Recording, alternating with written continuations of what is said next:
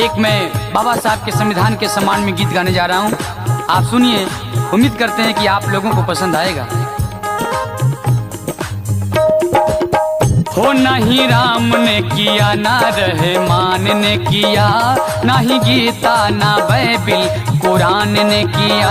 ना ही राम ने किया, ना रहमान ने किया, ना ही गीता ना बाइबिल कुरान ने किया। जो किया भीम राव जी के ज्ञान ने किया, जो किया भीम राव जी के ज्ञान ने किया। संविधान संविधान मेरे देश का भला संविधान ने किया।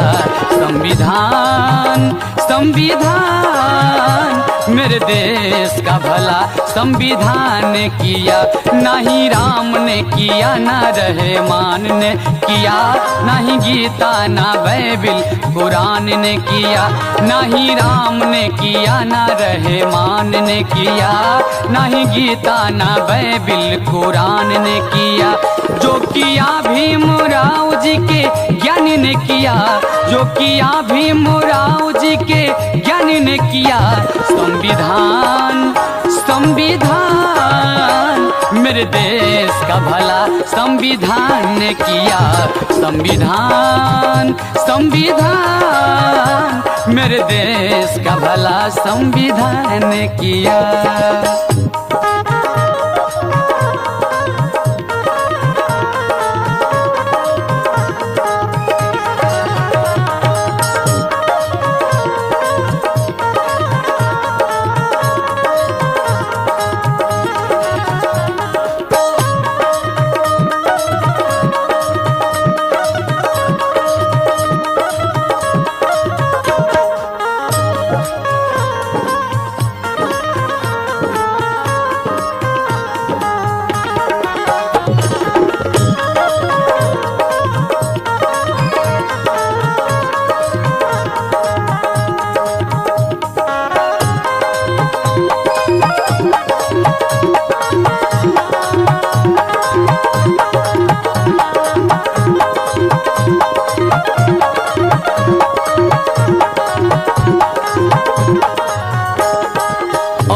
क्या भला किया, आइए आगे सुनते हैं। इंसान को दिया जिसने मूल अधिकार हो, शिक्षा समानता दिया उपचार हो।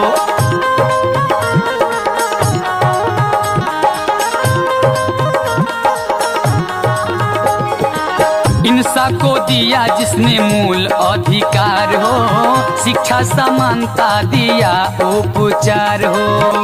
दमित चाह को उत्थान दिया, दमित चाह को उत्थान दिया। संविधान संविधान मेरे देश का भला संविधान ने किया। संविधान संविधान मेरे देश का भला संविधान ने किया।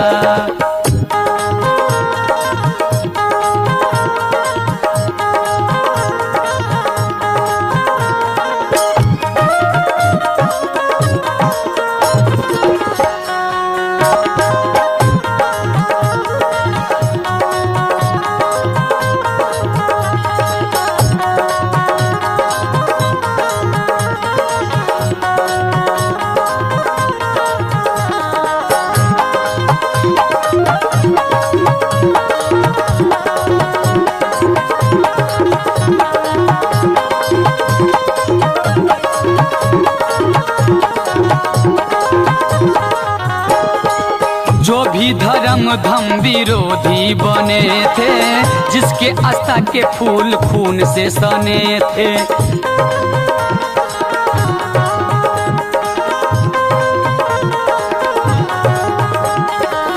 जो भी धर्म धम विरोधी बने थे, जिसके आस्था के फूल खून से सने थे।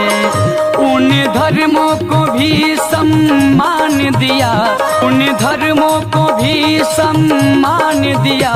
संविधान संविधान मेरे देश का भला संविधान ने किया। संविधान संविधान मेरे देश का भला संविधान ने किया।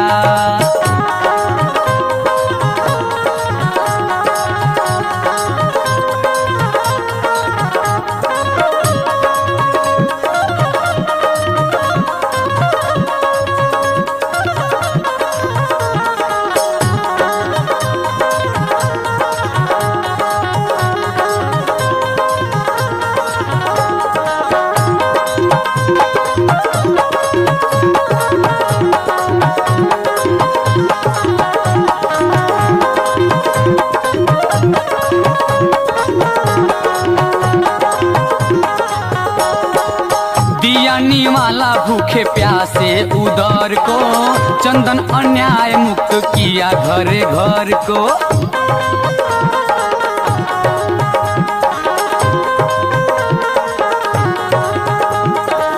दियानी वाला भूखे प्यासे उदर को, चंदन अन्याय मुक्त किया घरे घर को।